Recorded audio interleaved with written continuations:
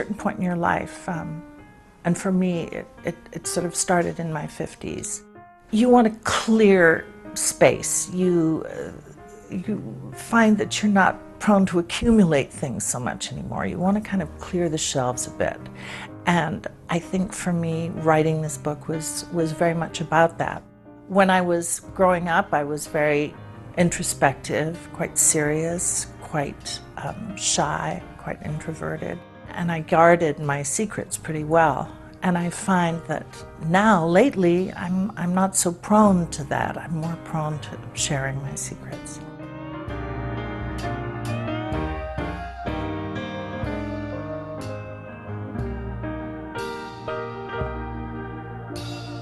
My mother was a great writer.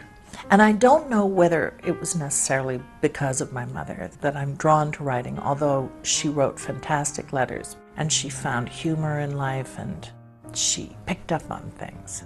I hope I've inherited it, and whatever it is, I think it's what attracts me to the arts.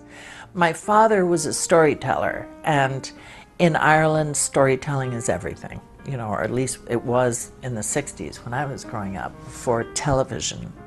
We grew up with stories. We grew up with ghost stories because you don't live in Ireland without a ghost.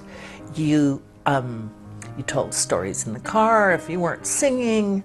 And my father, you know, that was something, hearing him tell stories. And so that's kind of how I think. I think in stories.